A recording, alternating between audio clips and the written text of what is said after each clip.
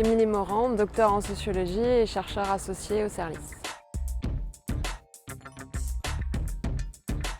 J'ai travaillé dans un cabinet d'études pendant 5-6 ans en sociologie appliquée, donc on faisait des enquêtes, des études sur différents milieux de travail. Et ensuite, j'ai commencé donc une thèse de sociologie à Paris Descartes au service. J'ai travaillé sur la manière dont les gays et lesbiennes géraient leur homosexualité dans leur milieu de travail, à la fois impulsée par mon parcours, puisque au départ je travaillais sur des questions de genre, mais plutôt dans la vie privée. Et puis dans le milieu de travail, j'ai plutôt abordé des questions de culture et d'identité professionnelle.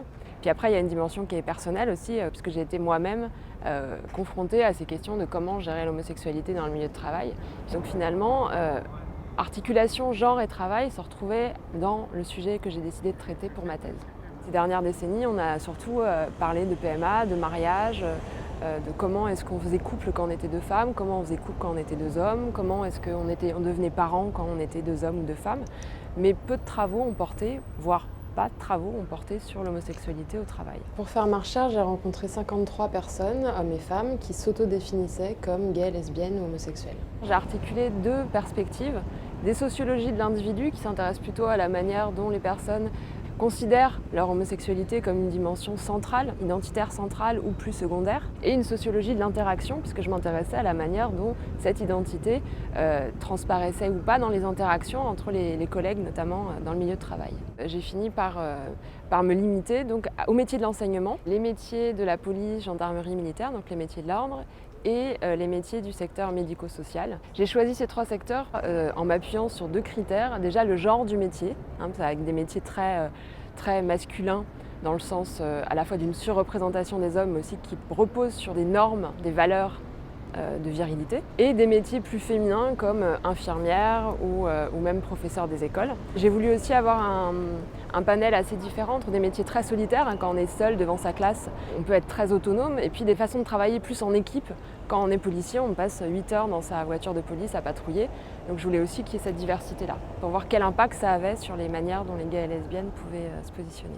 On se rend compte que le milieu de travail est vraiment un lieu où la mise en scène de l'hétérosexualité est assez constante. On passe son temps, quand on s'intéresse au contenu des conversations entre collègues, à parler de son conjoint, de ses enfants, de la rentrée, de toutes ces questions-là. Donc finalement, ce n'est pas une question privée, c'est que le monde du travail mobilise la sexualité, ou en tout cas l'orientation sexuelle des individus, et que si on ne répond pas aux attentes, on est obligé de traiter cet écart entre les attentes et sa propre identité. Quand on s'adresse à quelqu'un, le fait de le percevoir assez naturellement comme hétérosexuel, ça va faire partie des informations dont on se sert pour s'adresser à lui ou à elle. Or, quand on déstabilise ça en disant « mais finalement je ne suis pas la personne que tu penses que je suis », on crée un malaise ou une surprise ou une gêne qui ne dit pas forcément quelque chose de la tolérance ou l'intolérance de la personne en face de nous, mais en tout cas qui déstabilise l'interaction. Et ce que j'ai pu constater, c'est que finalement les gays et lesbiennes prenaient en charge cette gêne, cet effet de surprise quand ils parlaient de leur orientation sexuelle à leurs collègues.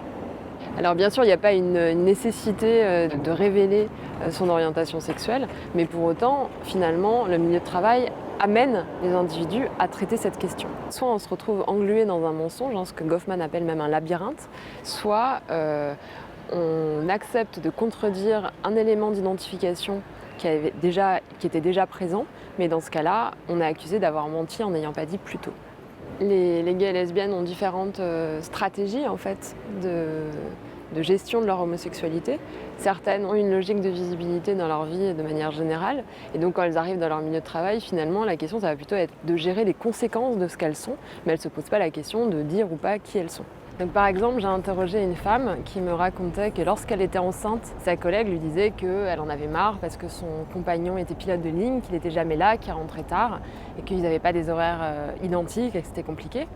Et elle, mon enquêtée, répondant moi, ma compagne, elle travaille dans le même secteur que moi, elle est prof, donc on a les mêmes horaires, ça pose pas de problème. Donc l'interlocutrice, sa collègue, a fait des allers-retours entre son ventre arrondi puisqu'elle était enceinte et sa tête, en se demandant mais quelle est l'information qu'elle vient de me transmettre, qu'elle n'arrivait pas à gérer l'information. Et Lucie, donc mon enquêtée, me raconte que dans ces cas-là, en fait, elle a pris l'habitude de continuer à parler, de raconter des choses anodines, le temps que son interlocutrice digère l'information, et donc 10 minutes ou un quart d'heure plus tard, son interlocutrice a dit « Ah d'accord », donc elle avait traité enfin l'information qu'elle avait donnée un quart d'heure avant.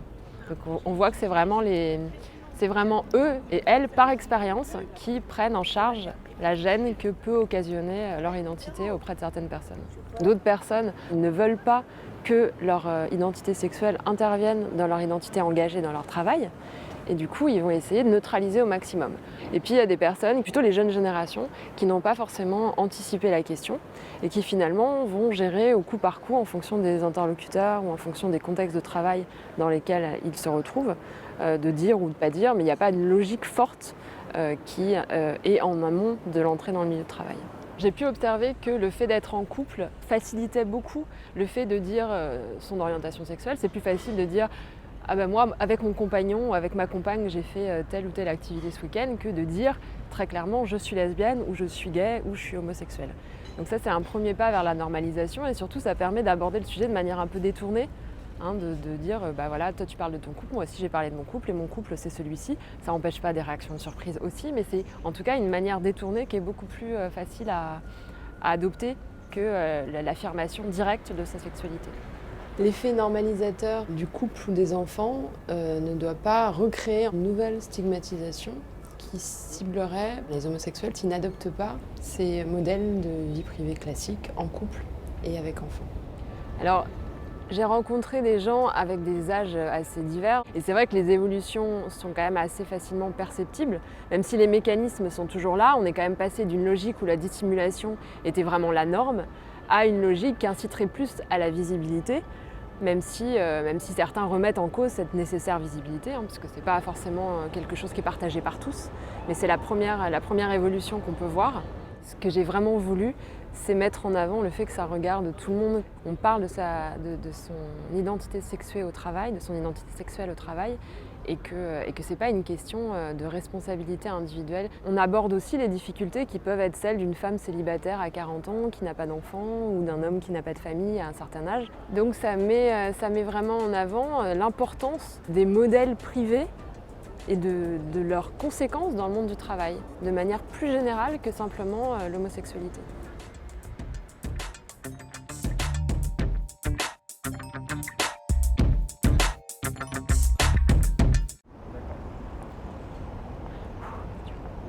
C'est dur?